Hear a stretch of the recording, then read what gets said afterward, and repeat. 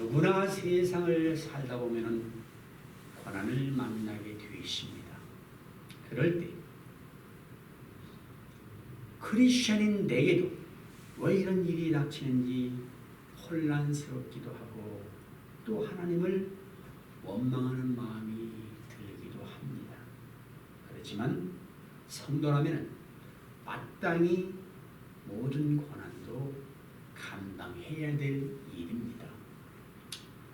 예수를 믿는다고 해서 고난이 찾아오지 않는 것은 절대로 아닙니다. 성도는 고난 속에서도 새 힘을 얻고 믿음으로 고난의 터널을 통과해야 하는 것이 우리의 삶인 것입니다. 동굴과 터널의 차이점이 있습니다. 동굴은 들어가는 입구는 있는데 나가는 출구는 없습니다. 반면에 터널은 아무리 길어도 나가는 출구가 있습니다. 끝이 보이지 않고 어두운 터널이 계속 이어지는 것 같지만 결국은 출구가 나옵니다.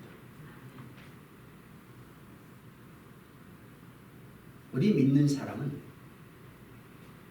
아무리 힘든 터널이라도 출구가 있기에 포기하지 않고 끝까지 가야 됩니다. 그런데 그 인생의 터널을 지날 때 내가 지금 어디만큼 왔는지 알 수만 있다면 좀 견디겠는데 전혀 알지를 못합니다. 내가 지금 어디 있지? 언제 끝이 났는지 모르니까 너무 힘이 듭니다. 과연 끝이 있긴 할까? 이대로 끝나는 건 아닌가? 하나님의 도우심은 보이지 않고 마치 하나님도 나를 버린 것 같은 생각이 들 때가 많이 있습니다. 고난의 초기에는 그래도 사람이 할 수 있는 영역이 있으니까 내가 있는 모든 방법을 다 시도해봅니다. 이렇게도 하고 저렇게도 하고. 그런데 어느 순간 내가 해보려고 하면 할수록 더 보입니다. 안 됩니다. 기도하고 내달리고 하나님 바라보는데 한 발짝도 나아갈 수가 없습니다. 종국에는 아무것도 할 수가 없기에 스스로 모든 것을 내려놓을 수밖에 없습니다. 여러분, 가장 힘든 순간 그 상황을 나는 도저히 이해할 수 없을 때에 인간이 느끼는 상실감과 두려움은 말할 수 없이 큽니다. 그런데 요한복음 16장 33절에는 세상에 사는 너희가 환난을 당하나 담대하라 내가 세상을 이겼노라. 예수님께서 말씀하셨어요. 우리가 세상에서 환난을 당한다고 그럽니다. 그래서 우리 그리스도인의 삶에 고난과 환난이 오더라도 두려워해서는 안 됩니다. 환난이 아무리 크다고 해도 하나님은 그보다 훨씬 더 크신 분이기 때문에 그렇습니다. 하나님께 사신 일들을 우리는 다 알 수 없습니다. 정말 모릅니다. 그런데 그 하나님이 내 삶 속에 어떤 분으로 다가오셨고 또 어떤 일을 행했는지 묵상해 보면 하나님의 위로를 경험하게 됩니다. 우리가 성경 읽어보면 요셉처럼 인생의 고난을 많이 당하고 또 극적인 삶을 살았던 인물도 참 찾기 드뭅니다. 그는 족장의 아들로 태어났습니다. 아버지의 사랑을 독차지했습니다. 그런데 형들의 시기를 받아 애굽의 노예로 팔려갔습니다. 하루아침에 이방 땅에 노예가 된 요셉이 얼마나 견디기 힘들었을까요? 노예로 팔려간 입에서 이방인 노예라고 멸시천대받고 수년을 지내다가 그의 성실함을 보고 보디발이 자기 집의 가정 총무로 삼았습니다.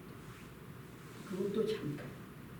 보디발의 아내가 모함을 해서 감옥에 갇히게 됩니다. 이루 말할 수 없습니다. 그러나 그의 삶 속에는 하나님이 함께 하셨다는 것입니다. 어떻게 하나님이 함께 하시니 계속 고난의 연속이에요? 감옥에서도 성실하자.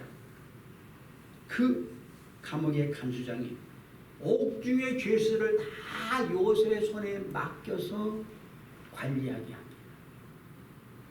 그리고 때가 되자 하나님께서는 이제 바로 왕에게 7년 풍년과 7년 흉년에 예고하는 꿈을 주셨는데 아무도 그 꿈을 해석할 자가 없습니다. 그런 상황에 술 맡은 관원장으로 하여금 요셉을 기억하게 하셨고 바로가 꿈에 대한 해석을 요셉에게 알게 하셨습니다. 요셉이 해석합니다. 근데 해석해주면서 계속 강조하는 것이 있습니다. 무엇입니까? 하나님이 그가 하실 일을 바로에게 보이심이니이다. 내가 바로에게 이르기를 하나님이 그가 하실 일을 바로에게 보이십니다.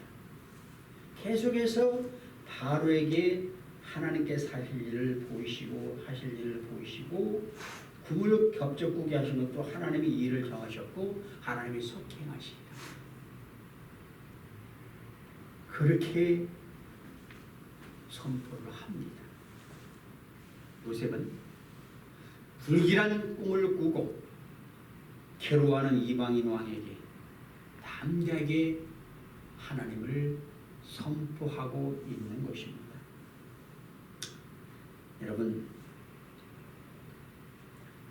인생의 주인이 누군가 한번 곰곰이 생각해 보시기 바랍니다. 대부분은 자기가 인생의 주인입니다. 그런데 우리는 역사의 주관자이신 하나님을 주인으로 모시고 사는 삶을 살아야 됩니다.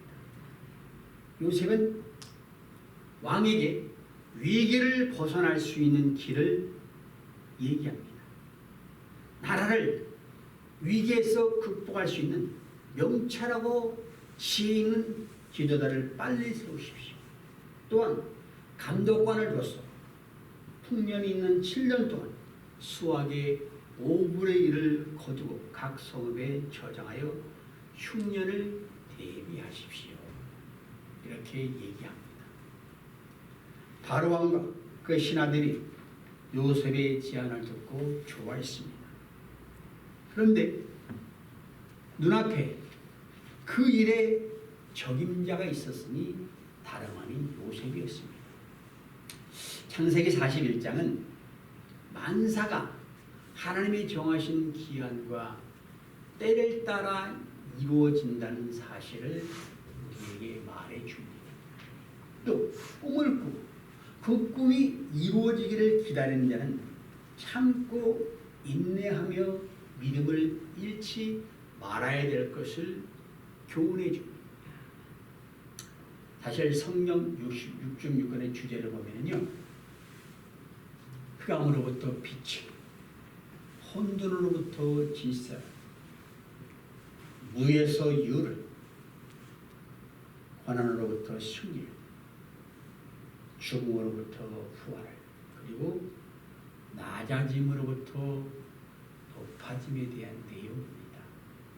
그 과정 속에 하나님이 개입하시고 관여해 오셨다는 확고한 믿음을 체험한 사람들의 고백이 성경입니다. 성경은 택하신 백성들에게 인내와 믿음을 요구하는 하나님의 말씀입니다.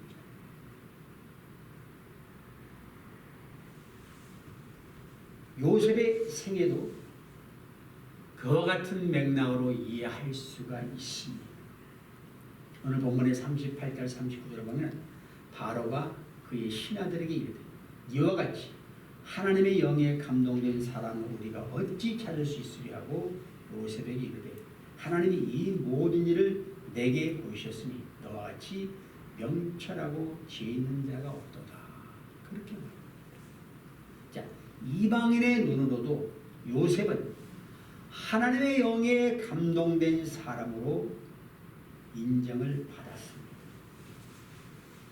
하나님을 자기 인생의 주인으로 삼고 사는 요셉의 말과 행동은 이방인에게도 명철하고 아주 지혜롭게 보였습니다. 바로가 말한 것처럼 요셉은 하나님의 영에 감동된 사람입니다. 하나님이 요셉과 늘 함께 해주셨고 요셉 역시 그 하나님만 의지하고 살았습니다.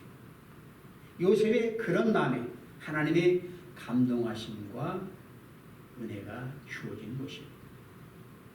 그러니까 무엇이 하나님의 뜻인지 무엇이 세상적인 것인지를 요셉은 금방 알 수가 있었습니다. 오늘 말씀은 여러분이 하나님의 영에 감동된 자가 되시기를 주의 이름으로 축원을 드리겠습니다. 세상적으로 지식이 아주 탁월한 자보다 하나님의 영에 감동되어 명철하고 지혜 있는 자가 되어야 합니다. 초대교회는 건강한 공동체로 교회를 세워나가기 위해서 평신적 지도자들을 세울 때 그때 기준이 뭔가 할 때 성령과 지혜가 충만한 사람이었습니다. 그래서 거기서 7사람을 찾습니다. 사도행전 6장 3절을 보면요. 형제들아 너희 가운데 성령과 지혜가 충만하여 칭찬받는 사람 7을 택하라. 우리가 이 일을 그들에게 맡기니. 그래서 7을 택하라. 스데반, 빌립, 프로로, 니가노로, 디몬, 바메나, 니올라. 이렇게 7사람을 택합니다. 그 하나님의 영에 감동된 사람, 성령의 인도하심을 받은 사람이 가정을 살릴 수가 있습니다. 교회를 바로 세우고 나갈 수가 있습니다. 또 시대도 이끌고 나갈 수 있습니다. 잠언 9장 10절 보면 여호와를 경외하는 것이 지혜의 근본이요 거룩하신 자를 아는 것이 명철이니라 그랬습니다. 하나님을 경외하는 사람에게 하나님이 지혜를 주십니다. 하나님의 말씀에 순종할 때 우리의 생각이 명철해집니다. 요셉이 바로 그런 대표적인 사람입니다. 여러분, 지혜와 지식은 다릅니다. 지식이 정보라면 지혜는 그 정보를 담는 그릇입니다. 지혜는 지식을 쌓을 수 있는 능력과 의지를 결정해줍니다. 또 지혜는 지식이 잘 활용되도록 조정해줍니다. 지혜는 지식의 옥석을 가리는 능력이 있고 그것이 올바르게 사용되도록 만들어줍니다. 지혜도 쓰레기 같은 지식이 많이 있어요. 잡당선이 아주 그런 지식 같은 거. 간혹가다 많이 배운 사람이 어리석은 일을 행할 때가 있어요. 정신도 말하고 어떤 애 너무너무 멍청한 그런 말을 막 해요. 왜냐? 지혜가 없어서 그래요. 여러분, 우리는 알아야 됩니다. 지도자에게 필요한 것이 지혜와 명철. 하나님의 영에 감동된 사람이 이 시대를 분별합니다. 이 시대를 향한 하나님의 뜻을 잡고 그 뜻에 순종을 합니다. 요셉이 바로 그런 사람입니다. 40절 너는 내 집을 다스리라. 내 백성이 다 내 명령에 복종하려니 내가 너보다 높은 곳은 내 왕자뿐이니라. 바로가 신분과 계급만 높았지 통치된 모든 실권은 다 요셉에게 넘겼습니다. 41절로 43절 보면 바로가 때 요셉에게 이르되 내가 너를 애굽의 온 땅의 총리가 되게 하노라 하고 자기의 인장반지를 빼어 요셉의 손에 끼우고 그에게 세마포옷을 입히고 금사슬을 목에 걸고 자격이 있는 복음술의 글을 배우며 우리가 그 앞에서 소리 지르기를 엎드리라 하다. 바로가 그에게 애굽 전역을 총리로 다스리게 하였더라. 아멘. 이 얼마나 놀라운 일입니까? 인장만일은 왕의 권위를 상징하는 거예요. 칙령이나 문서를 왕의 이름으로 발표할 때 딱 찍는 거예요. 세마포옷은 아주 비싼 옷가루로 만든 특별한 사람만이 입을 수 있는 그런 옷입니다. 요셉이 드디어 죄수 옷을 벗어던지고 총리의 옷을 입은 것입니다. 난 바로는 요셉에게 자기의 복음 수레를 하사하는 거예요. 요즘도 대통령이 타는 자동차 비행기는 특별하죠. 이제 요셉이 복음 수레를 타고 금사슬을 목에 걸고 백성들 앞에서 왕의 인정을 받았다는 사실을 밝게 드러내면서 행진을 합니다. 그러면서 바로의 종들이 엎드리라고 소리를 지릅니다. 이처럼 바로는 요셉에게 절대적인 권위를 부여했습니다. 그렇게 한 이유가 지금까지 요셉의 신분은 죄수였어요. 노예였어요. 사람들도 요셉을 그렇게 생각한단 말이죠.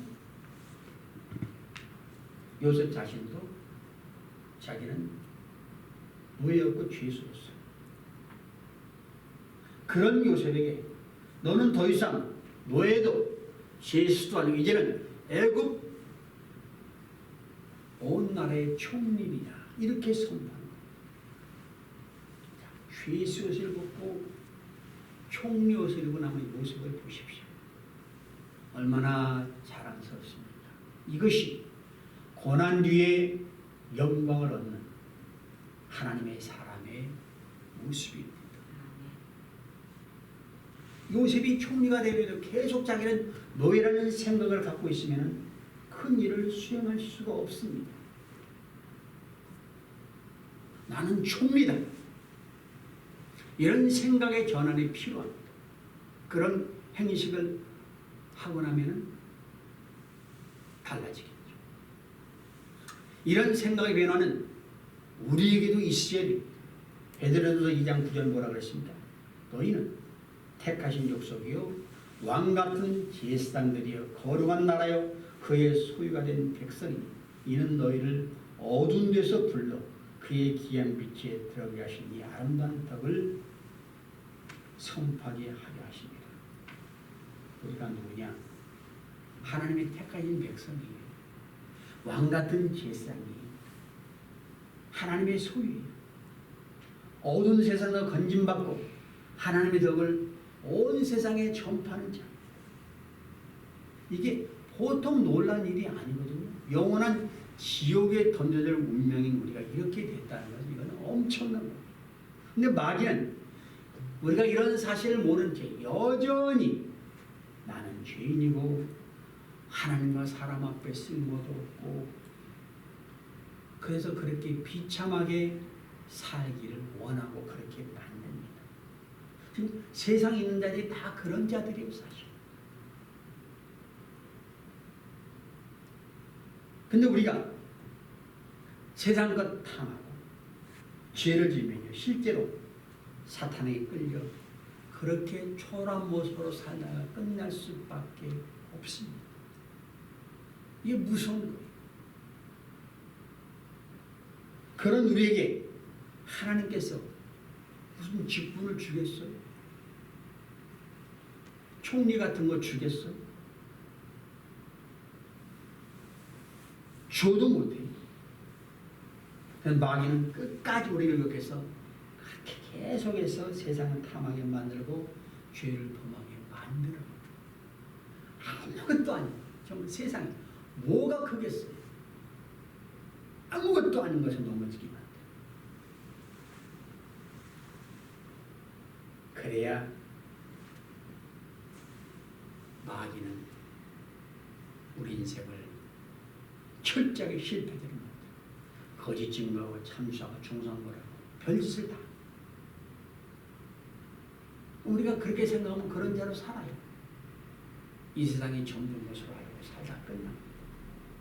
그러나 하나님 말씀대로 나는 하나님이 택해주신 백성이야. 내가 누군데? 나 하나님의 자녀라고. 왕같은 제사장이야. 나를 통해서 하나님의 아름다움이 이 세상에 나타날 그런 뜻을 내게는 있어. 그렇게 생각하고 산다면요, 우리는 하나님의 뜻을 이루는 믿음의 도구가 될 수가 있는 것입니다. 여러분, 자기에 대해서 어떻게 생각하느냐, 내가 어떤 생각을 품느냐가 이렇게 중요합니다. 바로도 자기 일을 위해서 요셉의 생각을 완전히 바꿔주기 위해서 인장반지 빼주고 세마포 입혀주고 복음서에 띄우고 그랬어요. 이제부터 요셉 너는 이렇게 존귀한 몸이니까 신분에 맞게 살아라 그러죠. 우리도 그렇게 살아야 돼요. 내가 하나님의 자녀예요. 하나님의 자녀가 핫하는 건 누리고 살겠어요. 신분은 하나님의 자녀인데 행실이나 수준은 거지예요. 죄수예요. 이건 우리하고 안 맞아요. 여러분, 모든 생각을 버려 하나님의 자녀다. 존귀한 자로 사시기를 주의 이름으로 부탁을 드리겠습니다. 44절은 뭐라고 했습니까? 바로가 요셉에게 이르되 나는 바로라. 애굽 온 땅에서 내 허락이 없이는 수족을 놀릴 자가 없으리라. 대단하죠? 그리고 이제 요셉이 나가서 애굽 온 땅을 순찰을 합니다. 여러분, 애굽 땅에서 그 히브리인의 노예로 잡힌 그의 명령이 없이는 수족을 놀릴 자가 없다. 엄청난 축복이죠.